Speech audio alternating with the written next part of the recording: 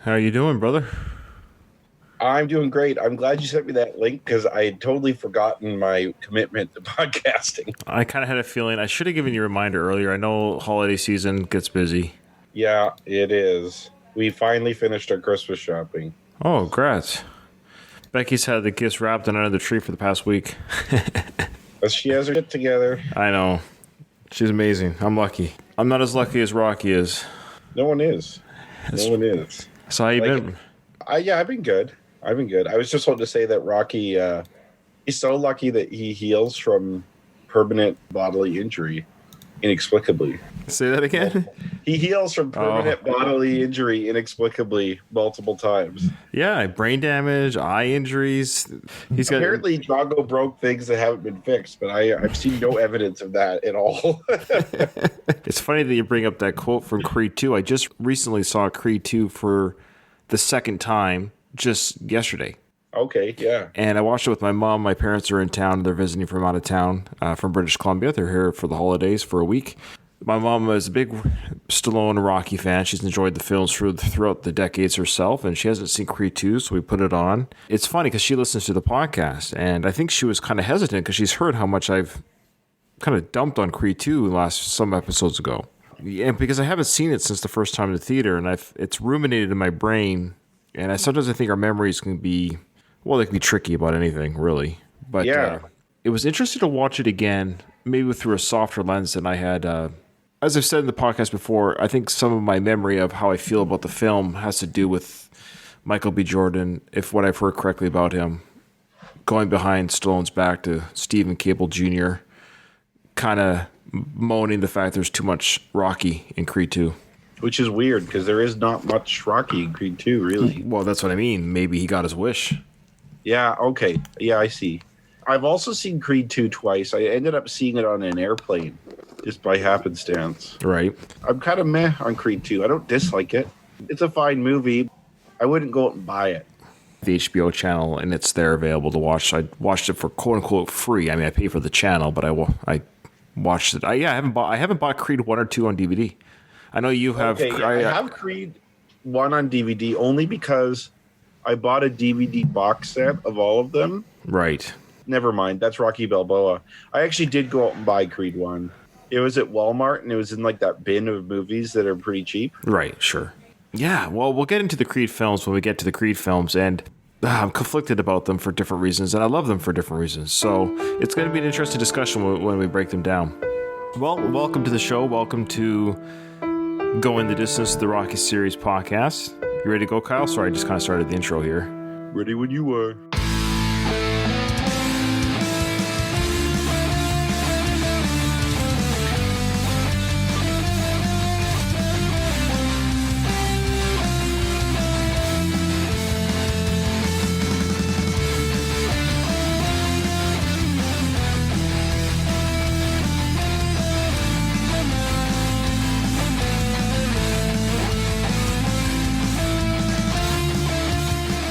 Okay. Kyle's filling in, as our listeners know of the show. Kyle, he's filling in for Ruben. Our last episode, we had Ruben on, so that was obviously a treat. Now we have Kyle on. Again, before we get into the breakdown of where we are in Creed, sorry, we talked about Creed, where we are in Rocky Balboa, I have some fan mail I'd like to read here, Kyle. We actually had a new review on Podbean. I don't even know what that is. Podbean is like Google Play or Apple Pod. Oh, yeah. It's an app that allows people to listen to podcasts. So we're on Podbean. Obviously, if you're listening to me, I always find it weird to always tell people, and some podcasts do this, but I find it weird to tell people where they can find us because you're listening already. Yeah, I guess if you're recommending to a friend and they ask where, Oh. because if your friend doesn't have the same thing as you, you're an iPhone person and you get it on like iTunes or whatever, and then like I listen to the podcast on Google Play. I don't know. To any of our listeners who want to recommend this show to their friends, we're actually on YouTube, Podbean, Google Play, iTunes, Player FM, you name it. If you just Google Rocky Series Podcast, we come up. And in fact, if you want to email us, we love the emails and you want to be right on the air. The email address is gtdwithrr gmail.com. If you can't remember any of our contact information, if you Google Going the Distance, the Rocky Series, in fact, if you just do the Rocky Series podcast, I've already tried this, Rocky Series podcast, we come up, the Lipson site comes up and has all our contact information where you can follow us on Twitter, Facebook, you name it. Okay, this is from an individual named, don't know. Here it goes though. This is the review. Just discovered your podcast. I love Rocky and Stallone. Rocky is the best fictional movie character in my opinion. Enjoying this, thanks. Well, thank you, reviewer. Oh, sorry, Melissa. That was from Melissa, so thank you, Melissa. Wait, whoa. Oh. A female listener? Yeah, I know. I know we have some already, but they are a rare quantity. It is rare. It's about as rare as Rocky blocking a shot. You know what I mean? Yeah, exactly. It happened. It has happened before. It's not often when it happens, but boy, when it does, it's amazing. So to our female listeners, I know that I'm handsome, and Kyle is handsome, and I know our voices are seductive. Try to keep the fandom down to minimum. We're both married men here. Come on.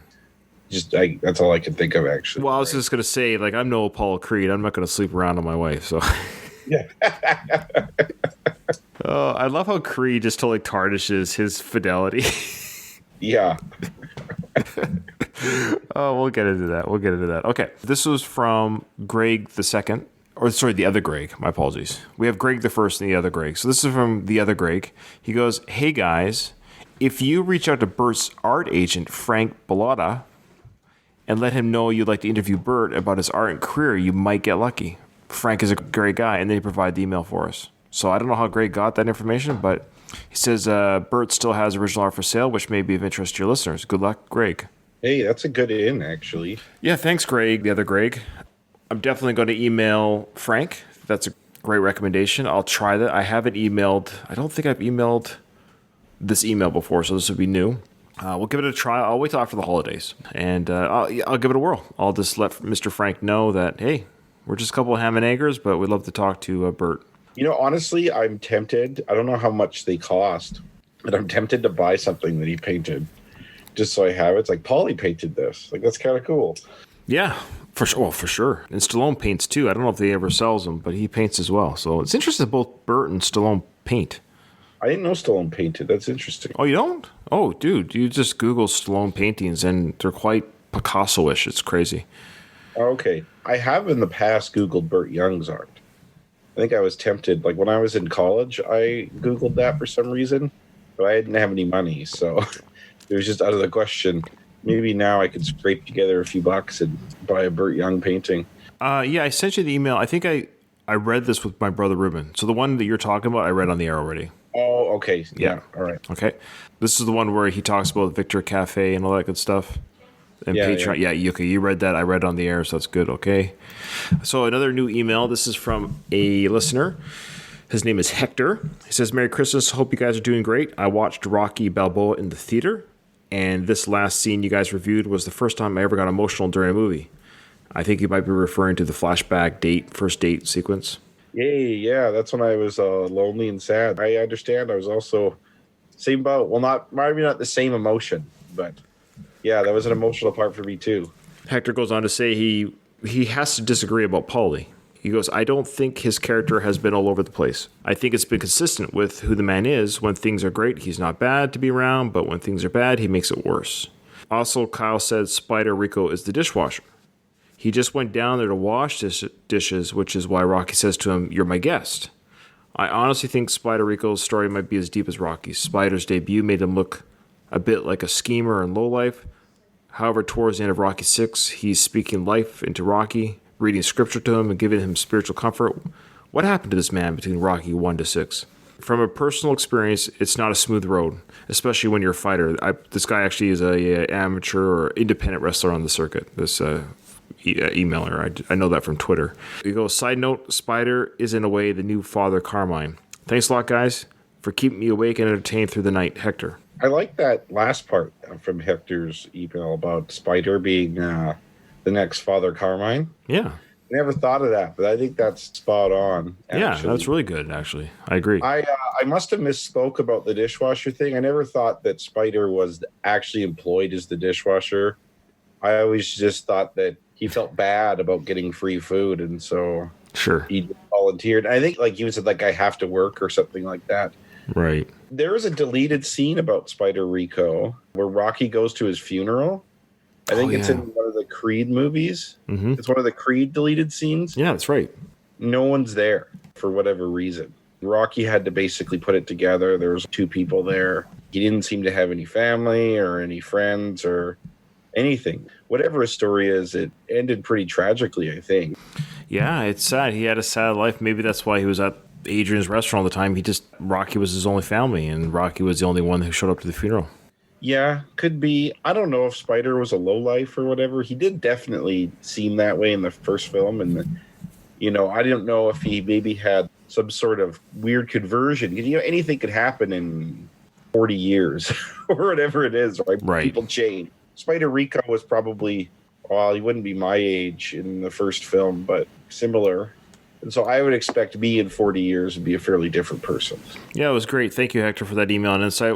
And here's our last email. Again, if you want to email us, gtdwithrr@gmail.com.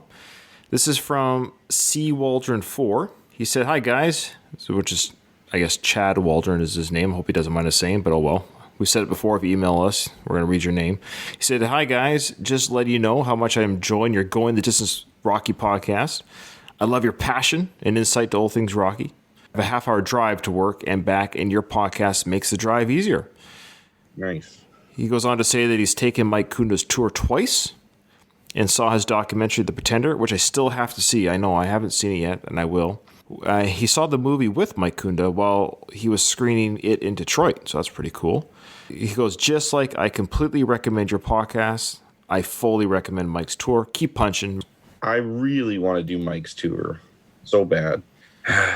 We'll figure something out. It's I got a price, by the way. Oh, yeah? Are Yep. you comfortable sharing? Or is Well, I'll just edit it out. It's on Mike's website, apparently, but Chad actually sent me the price. I'll tell you right now, and if people want to know, they can go to the Rocky Film Tour. Yeah. It's $50 US. But Whoa! I think yeah, but I think that's for a group, meaning like you can go by yourself with them, or 6 people can go, or whatever can fit in his vehicle. Oh, okay. Yeah, like I was thinking something like $100 or something. Yeah, so that's what I mean. So like if it was just me and you, we'd just divide that amount in half. Or if it's 3 of us, then it's one, whatever that 3 and so forth, whatever can fit in his vehicle, which I don't know how many can. I'd rather purchase experiences than stuff. Especially if I could split the cost with someone. Yeah, that'd be worth it. Agreed.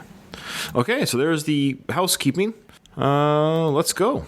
You can see the screen. Yeah. The events that just took place was the scene where Rocky and Little Marie are in the van, in the Predator van, and Yeah. Rocky just manhandled that antagonizer outside the Lucky Tavern. Yeah, which is very un-Rocky like. That's like one of those situations if someone's talking crap on the street and you ignore. You kind of wish you did something like that. You kind of fantasize maybe about doing something like that, but then you probably wouldn't. Often people have talked a lot of smack to Rocky in a lot of the films, right? Yes. Like in the second one where they're like, "Hey, you really sweep good, man," or, all sorts of things. And he just kind of like sloughs it off. I guess if you're in a certain state of mind, like if something was bothering you already, you might see that as an outlet to vent some of your frustration on something else. Although it's un-Rocky like, it is possible. I think, like you're saying, a lot of things bubbling on the surface. He's lived a life of just always kind of biting his tongue, turning the other cheek, and being human. He said, when he said to the Little Marie, like, "No, it's not all right." He was speaking to himself. Like maybe he was just tired of being chirped at. Yeah, totally. Okay, so Little Marie and Rocky are continuing the van drive. Oh, sorry. Oops, no, they're not. No. Yeah, I forgot. This is Mason Dixon going back to his old manager. That's right. My apologies. Yeah. So this is, I don't know why I thought the van drive was going still. So the van drive is ended, and Mason, the line Dixon, is now pulling up in his nice ritzy car here. What kind of car is that? Not a car guy. I don't know. Neither one. But, okay, this is what I don't understand, though. Mason is originally from Florida. Right. He trains in Las Vegas. Did his new trainer move to Las Vegas and stay there, or did he find his way back to Florida somehow. Like, where is this? This car was the car that he was watching the fight in. No, the trainer must be in the geographical area of where his house is, because I think we're supposed to believe this is the same night when he was in the car, probably right after he finished watching the DVD fight. Yeah, because it's not like he took a road trip to Florida or anything. I'm just saying it's weird that guy still there. That guy must have moved to Vegas for him, then got ditched, but just stayed in Vegas or something. Yeah, that's right. That's right. He got ditched because he's not. That's a good point. He's not being trained anymore. He's like Mickey. Yeah, but he got dumped. Unlike Rocky, Rocky took Mickey into his mansion. This guy got dumped, and the car pulls in front of a gym. The gym is called First Street Boxing Gym. It's like Mason Line Dixon's version of a Paul's Tough Gym. Yeah, it almost seems like you're going back to the gym of your roots or something like that. Yeah, but in reality, it's not. Like, he would have only trained there for a little bit. This is the kind of thing that bugs me. I don't know. No, you're right. It could have just been a phone call. Yeah, exactly. Martin. Yo, Martin.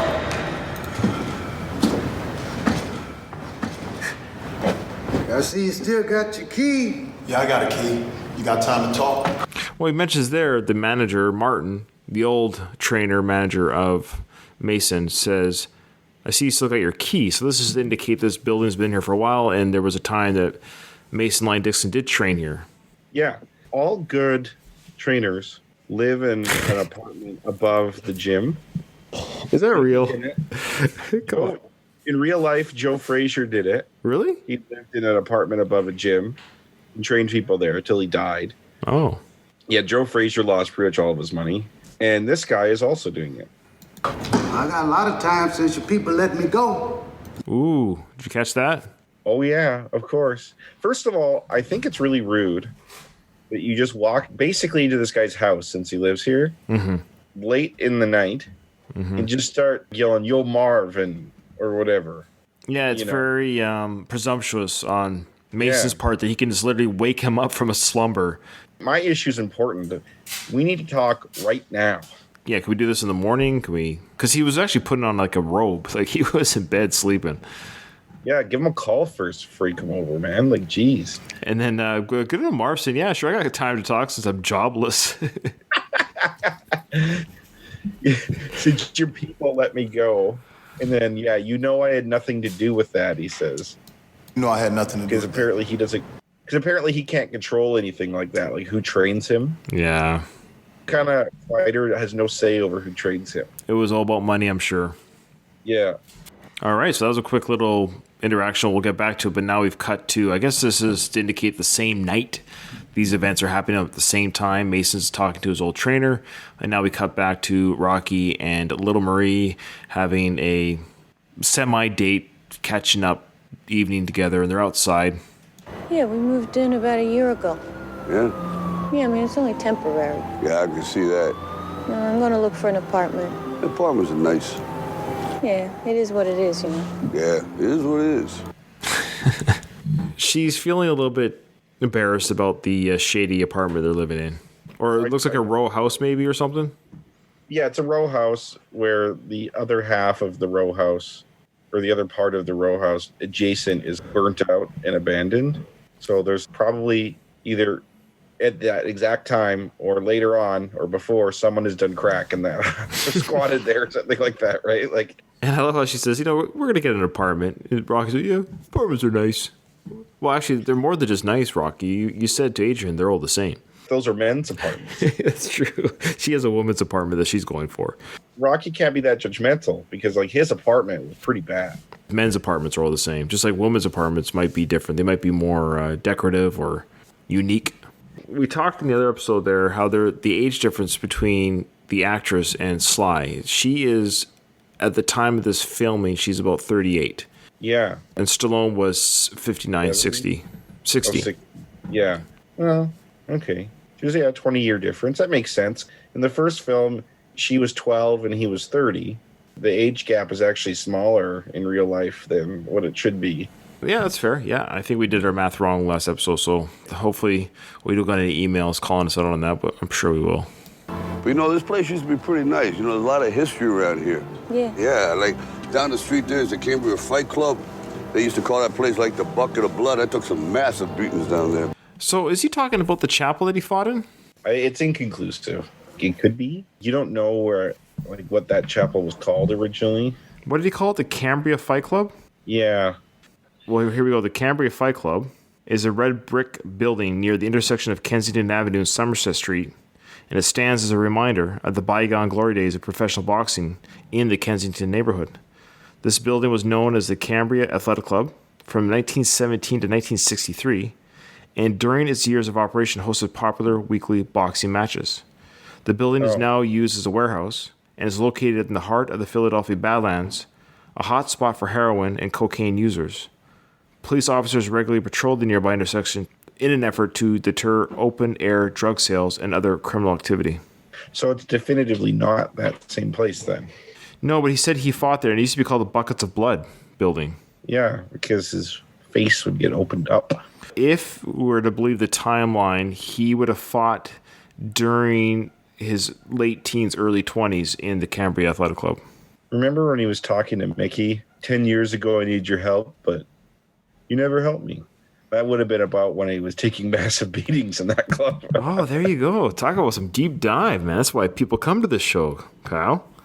It's where the magic happens. So he fought in the Cambria Fight Club in the Buckets of Blood, and so he was spilling out buckets of blood because Mickey wasn't training him. But it was nice, good memories. I heard these buildings are 100, 150 years old, so he's given his own tour here of the neighborhood.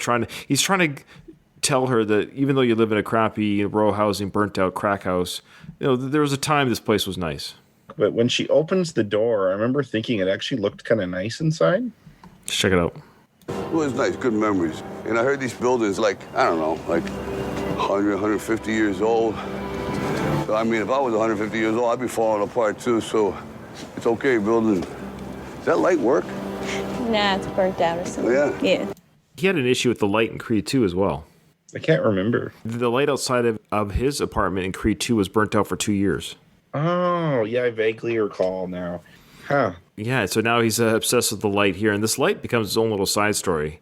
He really reminds me of a parent. My house is kind of a little older and a little bit of a fixer-upper, and whenever my dad comes over, he's always like, oh, does this need to be fixed, or how about this light, or you know what I mean? They're kind of trying to make themselves useful. Yes. My dad's already helped out around the house here. It's been great. We purposely saved projects for him to work on. Yeah, exactly. Hey, listen, thanks for the ride, and I'm sorry about those guys and everything. Oh, that's okay. Some of those guys just got their brains on backwards and stuff. What's he doing out so late? Is that your kid? Yeah, I wish he wouldn't stay out so late. Is that your kid? Where's the kid? I don't see the kid. Every time I hear him talking about his kid. Now, how old is her kid? I forget. Seems like he's like 16 or something. So she would have had him when she was 22, 23, so that's all right. That's about right. Okay, it's 2006 in this film, I think. Yes. That kid would be born in 1990, which is when Rocky came back to the old neighborhood. Oh. She's not in that film, but she's in deleted scenes. Yes. She's like around a trash barrel that's on fire or something. So that's like around the time that. Yeah, there's a deleted scene on the director's cut where Rocky bumps into Little Marie. There is the Little Marie storyline continues, where 16 years ago she was around a burning barrel with a bunch of drug users, and unbeknownst to the watcher, she was pregnant at this time with her kid. And on top of that, she was still calling Rocky Creepo and stuff. So not only did she forget that she called him Creepo 30 years ago, she actually told him again Creepo, 16 years ago. So the interesting thing about deleted scenes, right? Do they count or not?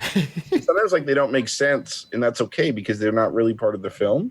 But in theory, they were written for and told for the storyline. I know. That's why it's so hard whether you count them or not. I like to pretend it counts that Little Marie was a drug user around. But then you could argue once she found out she was pregnant, she got clean. Totally. There's a YouTube channel I'm following. I don't know what it's called, but there's this girl who's talks about her time in prison in Arkansas, and she was pregnant in prison, and she had her baby in prison. She's now reunited with the kid. I think her name's Jessica Kent or something like that. It's a good channel. Oh, I interesting. mean, that kind of stuff happens. Oh, when people are done listening to our show, they can go check that out. So she's worried that he's staying out so late. So let's see how this awkward introduction comes along. I love it. Amazing. Love it. Yeah, what's that? Oh, last time I seen you, you was a kid. Oh, there you go. It breaks the rules. Yeah. Well, he could have just forgotten, though. His mental state in those deleted scenes in Rocky V is questionable at best. But you could argue that she seemed like a kid at the age of 22. Like I said, I'm an instructor here at Basic Training, and I instruct people in their early 20s. I call them kids all the time. Well, they are. Yeah. And now you officially got one of your own. It's amazing. You know, he sort of resembles you. He's got that, big Irish hair. Yeah, it's the other one. Yeah. His father was from Jamaica. There's two boys standing to the side, and Rocky obviously says, "Hey, that white kid looks like you," which would be a fair assumption. Yeah. If you had to guess which kid is hers, probability-wise, the safe bet's the white kid, even though it very well may not be. So the father is Jamaican, and I love Rocky's response here. Yeah. His father was from Jamaica. Jamaican, European. Look at her face, like it's just processing what he just said. And I love how she just doesn't even answer that. Doesn't even go there. Jamaican, European. She must be thinking, boy, this guy, he's innocent, but boy, he's dumb. And there's just no point correcting it. What are you going to say? No, Jamaica is an island in the south. People can be like that. I don't have cable TV, so I watch a lot of YouTube. And I just watch this YouTube interview where they're interviewing this guy from Toronto. And they're like, what do you got up in Canada, like states and stuff like that, but they're different? And the guy's like, yeah, we have provinces, but they're basically like states. And he's like, what do you call your cities up there? And the guy's, cities. And he's, oh, okay, yeah, I just thought it'd be something different. Yeah, sure. Just our American listeners, I think almost all of you would not make that mistake. It was just this one guy happened to be like that. Oh, you give a lot of credit to our American listeners, but that's very kind of you, Kyle. Well, I think they know that Canada has cities. I think that's fair. And we have the internet, too. Well, yeah, like last year we just got it. I know I released this podcast on landline before. Yeah, well, you had to do the Morse code Yep. to the internet guy in Ottawa, and then he put it on the internet for you. Now it's just so much easier. Yeah. Was you on a cruise ship or something? No, not really. So he's like trying to piece together how does she hook up with a guy from Jamaica. He's like, were you on a cruise ship? Which is interesting because Jamaica is a place you take a cruise to. Mm-hmm. He just might not have any idea where Europe is. Which he's fought there. Oh, yeah, that's right. Good call. He fought in Germany. Yeah, that's right. That's right. Rocky KO's German champ, Rocky 3. Rocky. He's been all over the world. But he thinks Jamaica's there somewhere. He thinks Jamaica's in Europe. Right next to Norway. Then he goes, what's his name? What's his name? Steps. Short for Stevenson. Makes sense. Steps, short for Stevenson. Okay. There's two problems with this name. One, Stevenson isn't a first name. Yeah, well, at least not usually. No, I can't think of anyone named Stevenson. It's a good last name. It's a fine last name. It's a good Jamaican last name. But, yeah. So Stevenson is the first name. If you were told you had to shorten this name, to one syllable, would you ever in a million years come up with Steps? No. And another thing, and this is not necessarily the fault of the scriptwriter, it's just whoever did the closed caption. Okay, never mind. I was just going to talk about the spelling, but then I realized what I was thinking didn't make sense. It was like, I thought the spelling would make more sense. It was like PH for Stevenson, not EV. But then that's true. No. It doesn't really matter that Stephenson, much. maybe Stephenson, like Stephen Wolf. You can't salvage much out of that. Well, the screenwriter was Stallone. Now Stallone's having his moment like, yeah, that makes sense. Yeah, We're like, it doesn't, right? Stallone has always been really weird about naming characters. I don't know what it is. Some of them hit the mark, some of them are off the mark. The nickname or the short name for Stevenson, Steps, I can't stand the name. I couldn't stand it when I first saw it. It's one of the misses of this film. This film is loved by many and loved by me for sure. But one of the missteps in this film is not only the steps, but the character too. It's a little bit. To me, it's minor. Personally, I don't mind it. He's not a main character, at least. Could I go somewhere where it's probably offensive about Sly naming? I know he's passed away, but Sage Moonblood Stallone. Well, you're not being offended. Like, yes, That is an odd name. Moonblood? Like, I don't. What? That's what I mean. Sylvester Stallone's had issues naming people in real life and and in scripts. And Sergey's a weird name too. They're different. They're different names. They're not weird. It's all perspective or objective. I'm just saying. Yeah, but Moonblood is. I think it's Sly's way of tapping into his Rambo Native American. I don't know. I don't know. Sly and us have some creative differences in the name department. But I do think Apollo Creed is a cool name. Yeah, that's what I mean. He knocked him out of the park. Yeah. Greek god. Clubber Lang's weird name, though. Yeah, his first name's Clubber. Was that his Christian name? I think it was. Yeah. I don't know. It is. Anyways. Now Steps is looking at Rocky, who's with his mom, thinking, oh, another man in the house. They have hoodies. He's about to get Trayvon Martin if he's not careful. Yeah, and I was thinking that. And he has his friend here. This friend, honestly, he looks like a lot younger and smaller than him. Yeah, my son, though, I have a son who's like that. He's 13, but he just looks younger. Yeah. So some kids just look younger than their age, and some kids look older than their age. So when I was 16, people thought I was 18, 19. Huh. Steps is more of a Ryan Rebalkin kind of guy. Yeah, we're the same. Both of European origins, so. We're both Jamaican. Yeah. In fact, my nickname in high school was actually Stairs. Oh, I was Escalator, was my name. Oh, wow, you're just lazy. Yeah, exactly. Is he looking like he's mad at me? Or is it maybe the angle I'm standing at over here? No. He's a good kid. You want to meet him? That's actually a clever little line there. Like, we just finished talking about how he's staring down Rocky, and he's like, is he looking angry at me, or is it the angle? Yeah, that is a pretty good line. That is a good line. So she goes, hey, do you want to meet him? And he's getting a little bit nervous here. He's like, oh, boy, this is not that it's moving fast, but there's a lot happening in Rocky's night tonight, because this is the same night he just went on his anniversary death tour. An action-packed night for sure. You know, it's getting kind of late. I got so many things to do. You know, it's Yeah, I understand. Thanks again for the ride and everything else. Cute or not cute? Her? Yeah. Yeah, she's pretty cute. Yeah.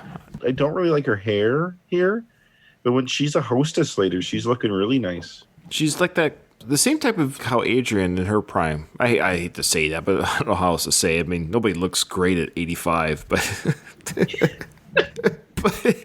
but you know, Adrian was very unconventional, pretty the same way. But we're not talking like you're going to see them on the cover of any magazine, but that's okay. I don't need my woman to look like that. That my woman. Yeah, I you know what I'm saying. I would have tapped that. Yeah. Well. Yeah. Well, I don't think she's asking for it. Theoretically, right? Yes, I know what you're saying. In all seriousness, yes. If it was consensual and you both were on a date and she liked you and you liked her, she's definitely within your wheelhouse of attractiveness. I got it. Okay. Just before we get emails about Me Too or something, we're just saying if it's all consensual and everyone's happy. Okay. Yeah. See you. You too. Hey, Steps, come on. Let's go. Say goodnight to your friend. What are you doing out in the cold with no hat on? You cold? Huh? Did you get something to eat? Yeah, already. Yeah. So she goes over there and says, "Yeah, come on, it's cold outside. Why aren't you wearing a hat? Did you eat something?" Well, what teenager doesn't eat when they're hungry? You know what I mean? Well, maybe there's like no food in the fridge or something. I don't know. She works at a bar. She could have brought something home there. I think that bar was strictly the liquid bar type. Right. But maybe they had like snack food. That white kid is walking to his imminent death alone in that neighborhood at that time of night.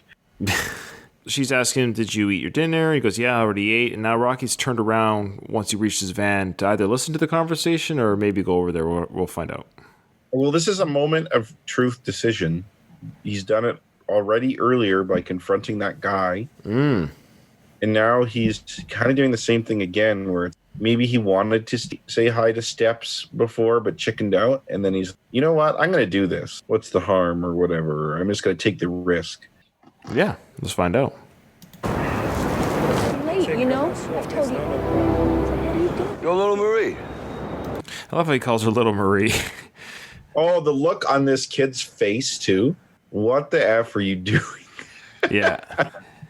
Even she looks a little bit terrified here. Oh my God, what the hell is he going to say? Ain't you gonna introduce me to your kid? Hey, those steps. Ain't you going to do something to your kid? Like, I know Rocky's trying to be casual and relaxed. You just told me you were leaving. Why are you making me look bad? Yeah. When you rehearse something in your mind and then say it to someone, it always comes out kind of weird than if you just say it off the cuff. How you doing, Steps? Probably that in his mind that sounded really nice, but then he says it and then, Have you ever met anyone that has a nickname or a short name, but you just met them and you don't feel comfortable calling them that short name yet because it's more of a familiarization? yeah, I just avoid saying their name at all. If I was Rocky in this situation, I would just never say this person's name my whole life. Yeah, exactly. Hey, kid, I'm moving on to your mom. Kid, where's the kid? I don't see the kid. What's up? Listen, I got this place, this restaurant, nice little eatery, not too far from here. So it's junk at tissue. Sometimes I feel like a kangaroo while it's stuck in my pocket, you know? So he's awkwardly digging into his pocket right now for those who are listening. He's digging into his pocket trying to, I guess, find a business card. And he's got all this stuff in his pocket, so he feels like a kangaroo. Honestly, though, that's one of the things I love about Rocky is his awkwardness. That Yes. is like one of the best features of the character. Like we might poke fun at it from time Oh, to time. sure. If he lost that, that would be a huge blow. And this is the old Rocky that we love. I think we saw the kind of angry and enough's enough Rocky just earlier in the night. Maybe out of character, but probably a character that's been in him for years that kind of just came to the surface a little bit. But now he's remembering, you know what, there's good people to be around. And maybe that's what he's doing now is like, now he's reaching out to good people and it's like branching out. Yeah, exactly. So he's getting a little bit awkward, a little bit silly because that's how he breaks the ice. There you go. You got a card, there it is. And if you ever get a chance, it'd be great. Both of you to come down there and eat and everything, it'd be great, free. I love how he says it'd be great, you know, and free. Well, it's probably a consideration, right? If you invite them to eat there and it's, oh, you know, this meal costs like more than you made that day. It's very nice of him. It's his way of saying, like, no pressure, but I really want you to come here, but to help you understand not how badly, but how much I would really like you to come to the restaurant that I run and own. You're my guest. You'll be eating there for free. So Come down to the restaurant. Everything's on me. Have a nice time. but I just So, love yeah. how he says it, though. It'd be great, free, you know? Yeah, free. Like he said. Like, you and I would probably say something like, you'd be my guest, and of course, it would be on me. It's my pleasure to serve you type thing. But he just throws in free. Okay, my wife's about to cook popcorn, so let's give it a minute here. Okay. It's okay, honey. You can cook popcorn. Can you hear it? Yeah, a little bit, Okay. but not much. My mom used to always make popcorn right as the show was starting. Couldn't hear the show, and it drove me nuts. Becky's always busy in the kitchen with something, coffee grinder or blender or whisking this or that. And I'm in the living room watching the show, and it's like, yeah. Thank goodness for closed captions. And now she's giving me the stink eye. Want to eat food. Did you hear that? I could hear her, but I couldn't understand She her. says, do you want to eat food? I have to make it somehow. Checkmate. It's true. She's a wonderful cook. Well, hopefully you get to meet her and eat her food one day. Well, you know, I'm sure we can arrange that because I do go out east a couple times a year for work. Right. It's not too hard to stay a little longer. It's funny, we have clients in Richelieu. Really? I don't see them that often because the meetings are all in French. Oh.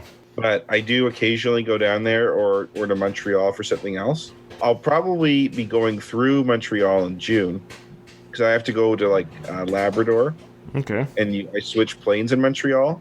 I can make it where it's like I switch planes but then connect a couple days later type of thing. Oh, You know yeah. what I mean? See what we can work out.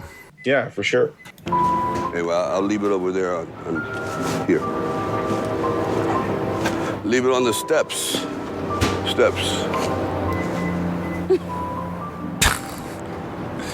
See you later.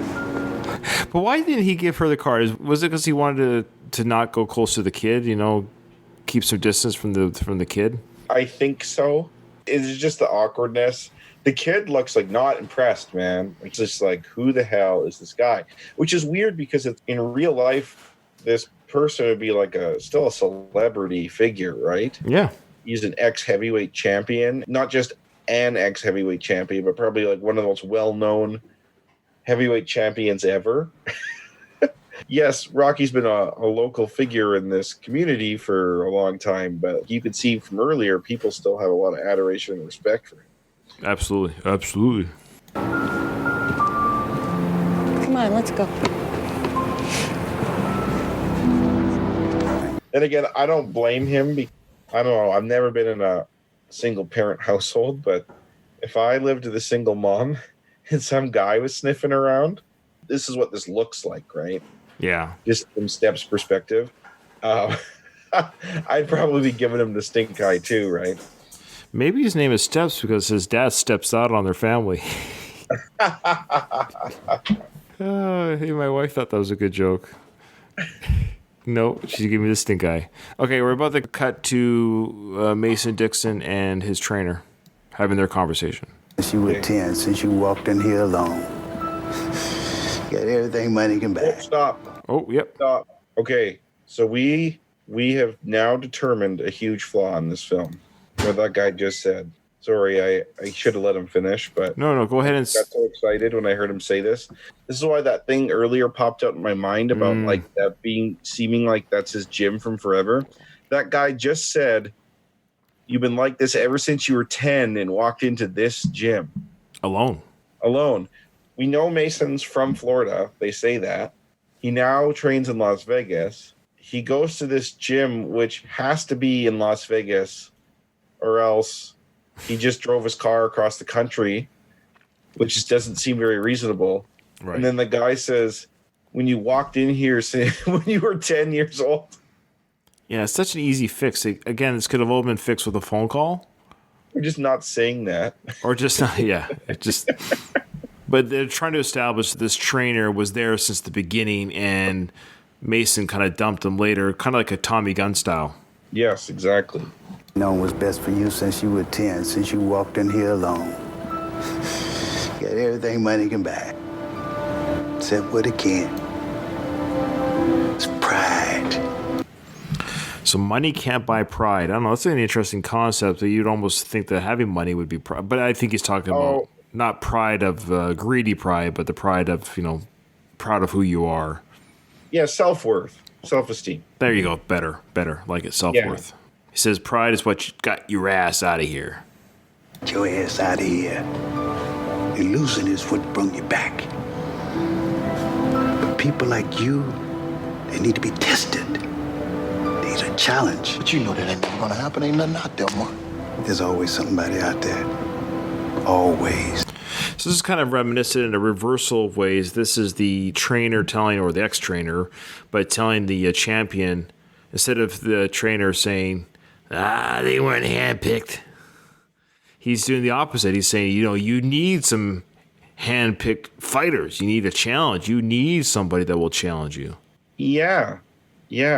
This almost reminds me a little bit, too, of Apollo Creed. He really believes he could just beat anyone easily. Mm-hmm.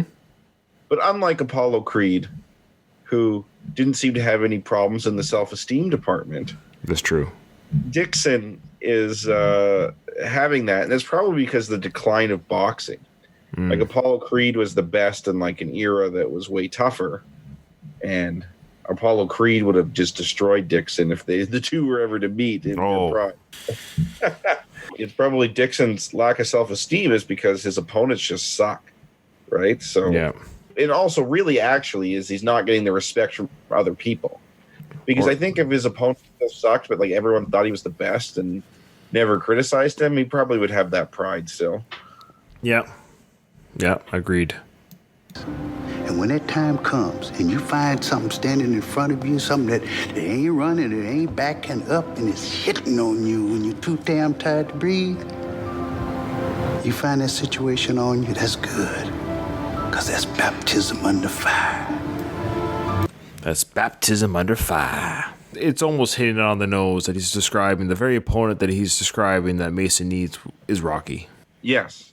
Of course, everyone watching this is like, that's Rocky, that's Rocky. And of course, the last person on Mason Dixon's mind would be Rocky. Of course. Because Rocky's hasn't been the champion for 20 years. Yeah, it'd be insane to think of him. Yeah, that's why it works so well, I guess. Yeah. When you get through that, you find the only kind of respect that matters in this damn world. Self-respect. Yeah, there you go. Thanks, man. I appreciate it. Thanks, Martin. I appreciate it. Now, there's a part coming that's really kind of awkward. This guy just gave him a speech that none of his trainers could give him, none of the people the closest to him give him.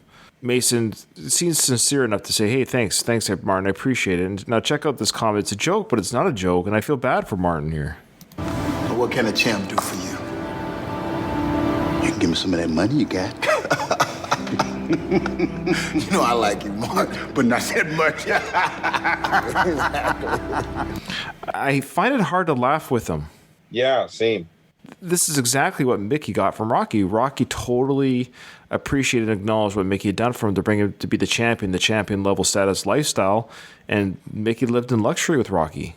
Yeah, totally. And I don't know if it'd be reasonable for Mason to just be like, okay, let me write you a check right now. But when he says that joke, it's one of those situations where it's joking, but there's a kernel of truth in it. Yeah, exactly. Some of that money, because you basically dumped me right before you started making a lot of money, and so now I'm in the poorhouse here. Really what that's saying, too, is you can take me back on. I don't know why he doesn't say, you know what, I'm going to get you on our team. These other guys are obviously not doing it for me. You, having just talked to me for minutes, saw everything clearly and gave clear, good advice. And I don't think there was ever an issue with this technical training, probably. So it's just stupid. I feel bad for Mark. Really bad. I do too. All right. Well, Kyle, that's it. Oh, boy. Good stuff. Good discussion. It was a fun podcast. I had a good time. What do you got planned for the holidays? Anything? Not a ton. Both our families live in and around Edmonton. So, we always do Christmas Eve with the wife's family, Christmas Day with mine. And then I'm back to work on the 30th. Well, to you it's Christmas. To me, it's Wednesday. Sure, there's an ice skating rink open somewhere in rural Quebec that you could go to. Oh, yeah. There's ones outside, actually. Well, I guess probably by the time this is released, I'll say have a happy new year. We'll see you next year, Ryan. See you next decade. See you next decade. Do you want to take us out? Ding, ding.